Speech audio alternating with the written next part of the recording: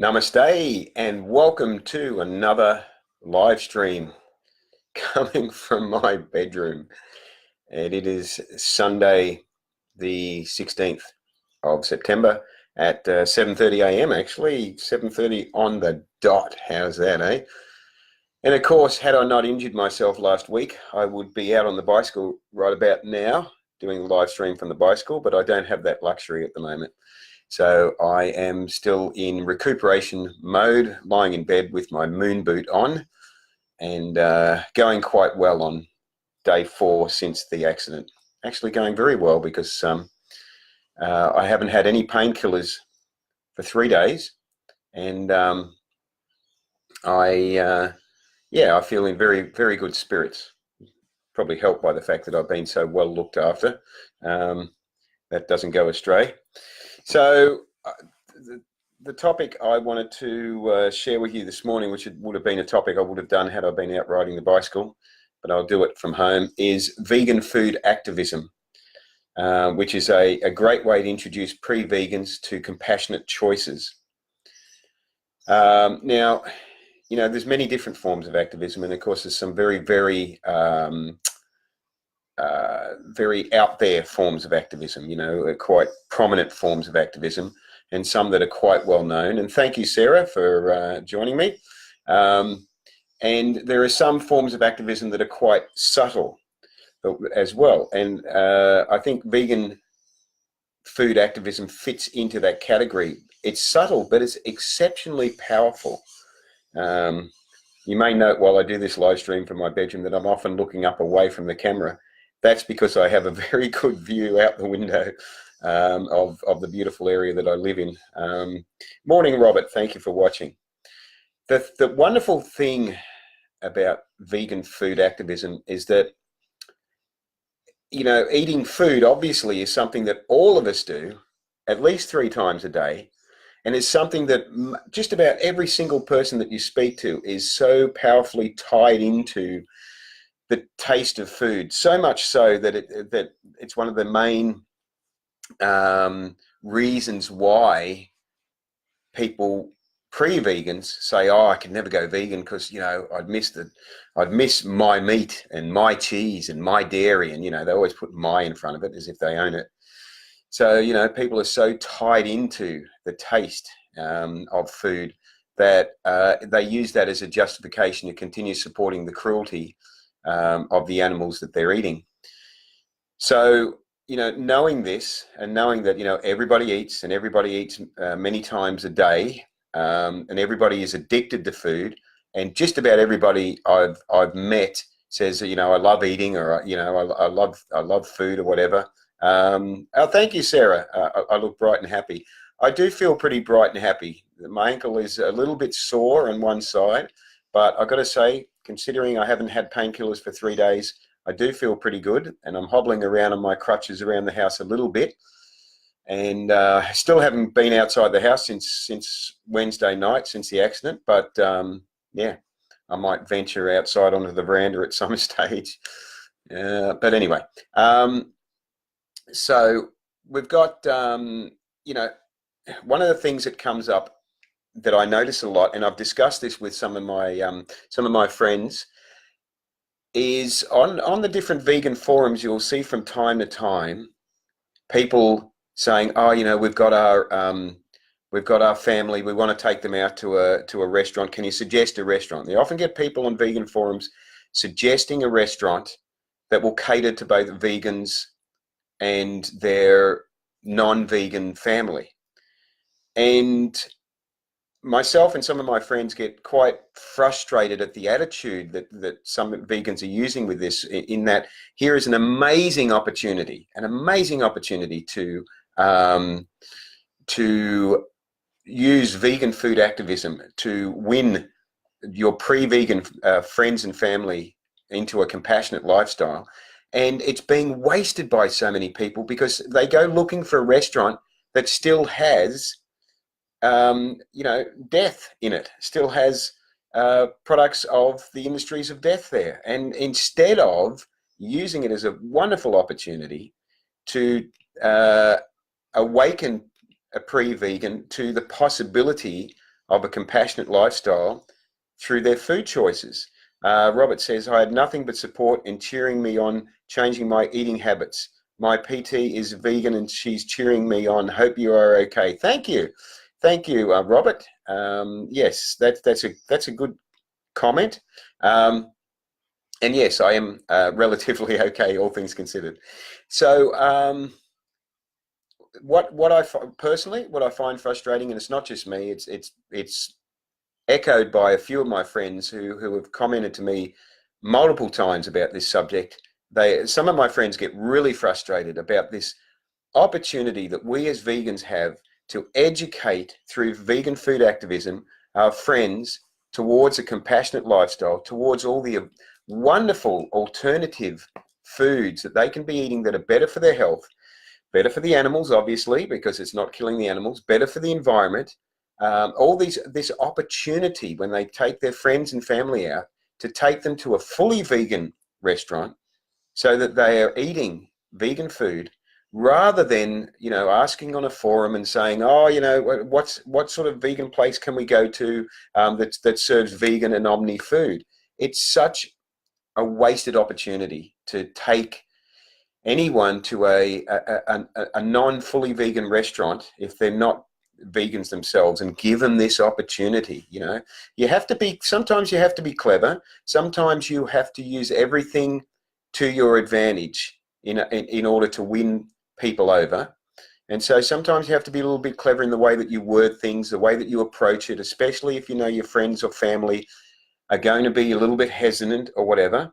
But you need to be a bit of a salesman for compassion, an ambassador for compassion, and just put a little bit of thought into how best to approach people who might be a little bit reluctant to go to a fully vegan restaurant. You don't tell them it's fully vegan. You tell them that it's got amazing food, that come along, try it out, see what you think, you know. Take them to a place. See, this is a strategy. I'll just go slightly off tangent here. This is a strategy used by some very successful fully vegan places in that they do not have the word vegan in there. Greenhouse Canteen, I've spoken about this before. My favorite vegan restaurant, fully vegan, has used this strategy originally at Kira. You'll notice in their name they don't say anything about vegan. They don't say anything on the menu about it. They used this strategy originally at Kira, where it's just plant-based. They used this strategy then when they opened at Miami, and then they used it when they opened at Coolangatta, and then when they opened it at Love Child Miami, and now that they've opened in Brisbane, they use this strategy of attracting people in with the food. And people taste the food and they're like, wow, this is pretty good. And one of my friends, I've told this story before, one of my friends was actually eating at Greenhouse Coolangatta, and she was messaging me while she was there because she was listening to the conversation at the table next to her where some pre-vegans were eating and were going on about how good the food was and that they could easily go vegan because the food is so good. This is a way of vegan food activism winning people over. The chance of getting a pre-vegan to go to a place that has vegan in the name of the restaurant is going to be less likely unless they're a bit more open-minded. So, you know, Greenhouse uses this strategy of deliberately not mentioning the word vegan. This strategy is used by Love Child at Miami with their whole setup there. It's plant-based. There's no mention of the word vegan. And in fact, on the Gold Coast with 17 or 18 odd fully vegan places, most of them don't have the word vegan in them. Some of them have the word vegetarian. They're accidentally vegan, but they use the word vegetarian because of their Buddhist background. And others just don't use it at all, you know. So it's a great opportunity, and I just wanted to make that point in this live stream and hopefully keep it fairly brief, that when you are taking your friends or your family out for maybe a birthday meal or you know, some sort of celebratory meal, it's a strategy I've used with my parents actually for forever, basically. I've always taken them to Tianran or Greenhouse or Mandalas, and always, you know, to fully vegan places. Easy House is another one. and always had the feedback, and this is prior to them going vegetarian and predominantly vegan 2 years ago. Prior to that, you know, taking them along to these places, and always getting, especially my father, just raving on about the food and going how good the food was. You know, and this is prior, and I think that's a component in them being more open to the possibility, you know, and then they went vegetarian 2.5 years ago. Robert says, my non-vegan friends think I've lost the plot, but it makes me more determined to go further. Of course, we should be determined. We should be really clever in the way that we do this, because it's the lives of living sentient beings at stake. So rather than just going, oh, this is what I find disappointing, is vegans getting on vegan forums and saying, we'll cater to what our pre-vegan friends want. You know, we'll keep supporting their you know, their taste of death, essentially. We'll keep supporting that because, you know, that's what they're happy with. How about a little bit of education, a little bit of cleverness, a little bit of, you know, if they're not going to watch a documentary, if they're not going to, you know, look at the statistics or the facts or anything else, how about trying to win them over with the one thing that everyone on the planet is addicted to, and that's eating at least 3 times a day. We're all addicted to it. We all rave on about the taste of food. That's why we, you know, why foods have, you know, so much trouble put into foods to make them taste a certain way to attract people. So, you know, use this. This is an opportunity. Use everything, as John Roger used to say, and I'm not advocating John Roger, and if you don't know who he is, let's not go there. But yeah, he used to say, use everything to your advantage. And that is the thing, use everything to your advantage with vegan food activism.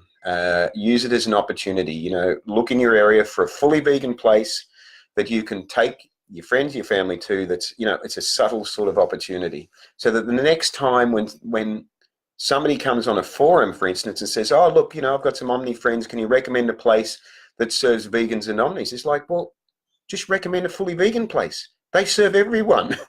That's what you need. That's what you're looking for. If you're not, you know, fortunate enough to have a fully vegan place in your area, okay, a vegetarian place with mainly vegan options would be the next thing.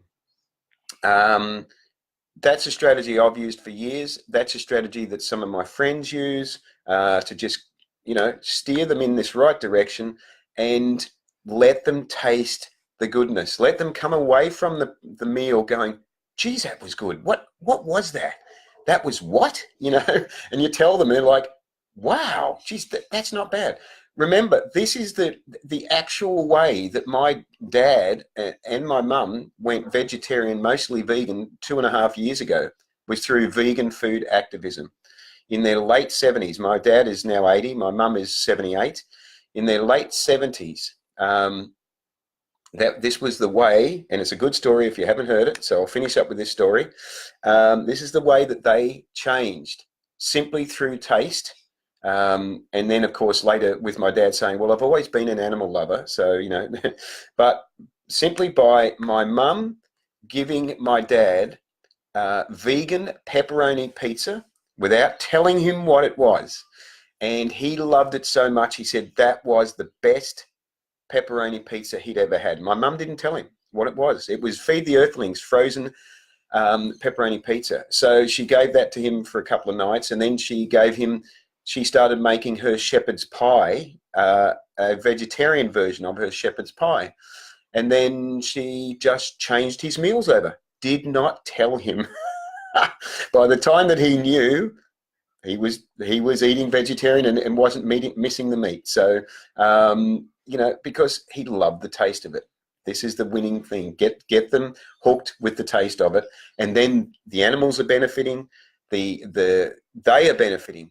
I mean, you're helping the people. You're helping the pre-vegans with their own health. You're helping the environment. You're helping the planet we live in. Anna says, exactly. Omni mean they eat both, so they can be flexible for once and try vegan. Exactly. So, you know, let's not give in and say, oh, we you know, they won't go to a vegan place or whatever. Just be clever. You know, just think about a way to use this as an opportunity to get through to them in a clever way. So Thank you very much for watching this bedroom live stream. At least I kept my clothes on. Way. And remember to live vegan and save lives. And let's be creative in the way that we reach out to pre-vegans. So I hope you have a great day, folks. And I will speak to you soon. Ahimsa.